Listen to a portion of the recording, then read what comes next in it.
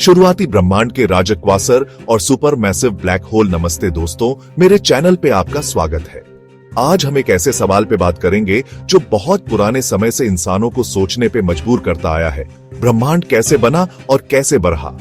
आज 2 दिसंबर 2024 नासा ने अपने जबरदस्त जेम्स वेब स्पेस टेलीस्कोप यानी JWST से कुछ कमाल की जानकारी दी है।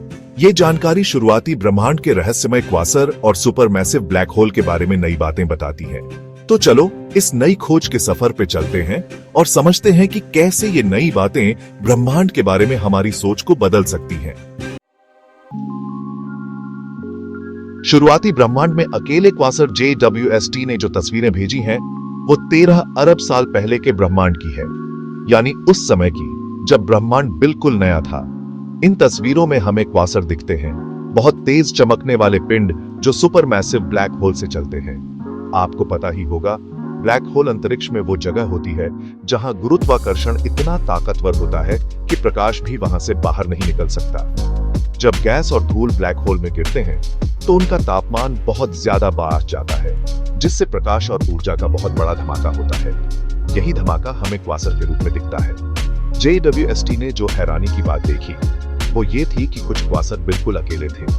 उनके आसपास कोई आकाशगंगा नहीं थी। ये एक बड़ी पहेली है, क्योंकि पहले यही माना जाता था कि क्वासर और आकाशगंगाएं एक साथ डार्क मैटर वाली जगहों पे बनते हैं। क्या हो सकता है कि ये अकेले क्वासर कैसे बने? क्या ये किसी ऐसी चीज से बने हैं जिसके बारे में हमें नहीं पता? ये सवाल अभी भी वैज्ञानिकों के लिए एक राज है।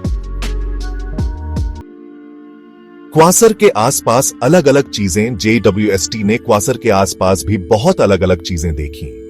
कुछ क्वासर तो 50 से भी ज्यादा आकाशगंगाओं से घिरे हुए थे, जैसे किसी बड़े शहर के बीच में कोई तेज रोशनी। लेकिन कुछ क्वासर ऐसे भी थे जो बिल्कुल अकेले थे, मानो किसी वीरान जगह में एक अकेला दिया। ये अलग अलग चीजें वैज्ञानिकों के लिए एक और पहेली है।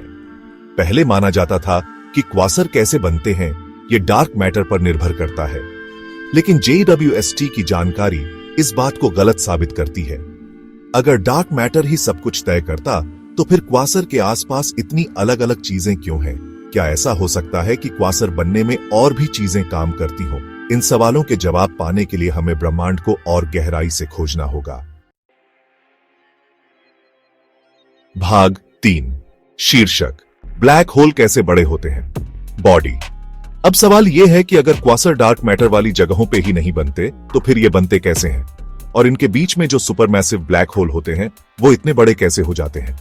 वैज्ञानिकों का मानना है कि शायद ब्लैक होल के बड़े होने के लिए कोई और तरीका हो जो अभी तक हम नहीं जानते।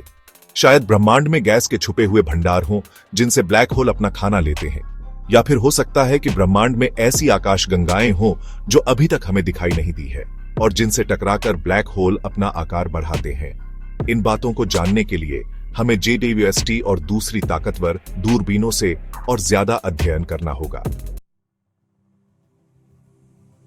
भाग 4, शीर्षक, ब्रह्मांड की नई तस्वीर। बॉडी। JWST की इन खोजों ने ब्रह्मांड के बारे में हमारी सोच को बदल दिया है। पहले हम सोचते थे कि ब्रह्मांड एक तय तरीके से बढ़ता है, लेकिन अब पता चला है कि यह पहले से कहीं ज्यादा मुश्किल है। अगर क्वासर डार्क मैटर वाली जगहों के बिना भी बन सकते हैं तो इसका मतलब है कि ब्रह्मांड के बढ़ने में और भी कई चीजें काम करती होंगी जिनके बारे में हमें अभी पता नहीं है। ये खोज हमें ब्रह्मांड की शुरुआत और उसमें मौजूद बड़ी बड़ी चीजों के बनने को समझने के नए तरीके दिखाती है। ये ब्रह्मांड के राजों को खोलने की दिशा में एक बड़ा कदम है। आउट्रो। शीर्षक, हमेशा चलने वाला खोज का सफर। बॉडी। दोस्तों, JWST की इन खोजों ने हमें एक बार फिर याद दिलाया है कि ब्रह्मांड कितना बड़ा और रहस्यमय है। हम अभी भी इस अनंत समुद्र के किनारे पर खड़े हैं और इसकी गहराई में छुपे अनगिनत राज हमारी खोज का इंतजार कर रहे हैं। इस खोज से अभी की ब्रह्मांड की सोच को चुनौती मिलती है, जो मानती है कि आकाशगंगाओं और सुपरमैसिव ब्लैक होल के बनने के लिए डार्क मैटर वाली जगहें जरूरी है। यह ब्रह्मांड की शुरुआत और बड़ी चीजों के बढ़ने को समझने के नए रास्ते खोलता है। ज्यादा जानकारी के लिए आप नासा के लेख और JWST की खोजों के नए अपडेट देख सकते हैं। मुझे उम्मीद है कि आपको यह जानकारी पसंद आई होगी। नए और रोमांचक विषयों पर बात करने के लिए हमारे साथ बने रहें। धन्यवाद।